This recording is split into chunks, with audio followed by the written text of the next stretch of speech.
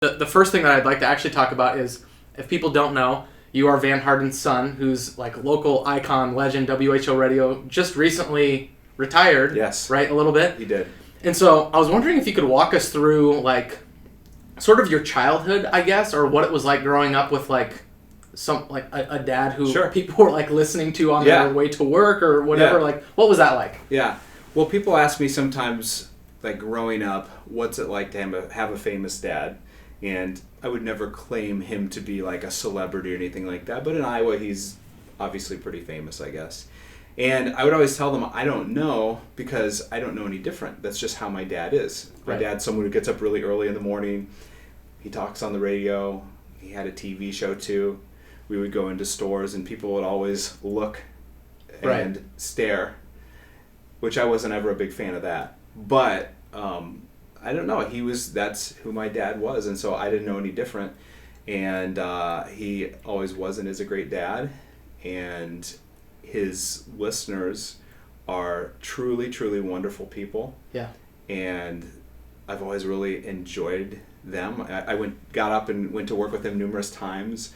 Every year, the Iowa State Fair, I would get up and go with him. We'd get up super early and be able to spend time with those. I was able to meet a lot of really cool and interesting people. I'm sure. Politicians and celebrities and things like that. So to answer your question, I don't know any different. Sure. No, it's a good answer. And I'm sure that's what everyone would really expect, honestly, because he's such a relatable person. And that's part of the reason why I think, obviously, he had so much success, is it's somebody that they could relate with and that they enjoyed listening to.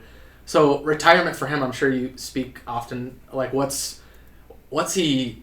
Because the time of this recording, it's been a couple of weeks, really, since it was official. Is that right? Since he's been officially retired. What's he doing, I guess, after years of being so busy, you know? Yeah. Is he looking forward to just some freedom, I guess, in schedule? I think so. And, you know, he's been in radio for 50 years, and for 34 years, he got up at about 3 a.m. And when he first started doing that, it was very difficult for him. And people told him, you know, it's going to get easier.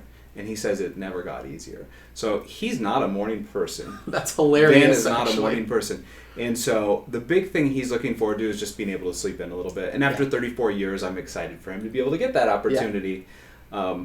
But I'll miss hearing him on the radio. And so as to what he's going to do now, you know, he wants to travel a bit. He wants to write some more books. Yeah. I think he'll be speaking at different events and churches and venue probably quite a bit. He gets asked to speak a lot, and he says yes very frequently. Yeah. So he'll probably do a lot of that. I actually haven't talked to him in the last few days, so I'm not sure what he's been up to. But he'll stay busy. He will never just sit home and watch TV all day. He has to be busy in some. And you know, he'll go back to WHO to record some promos for different clients. Sure. And he'll probably make appearances on shows here and there. So I think he'll still go back to the radio station maybe an hour or two every week for a while. Yeah.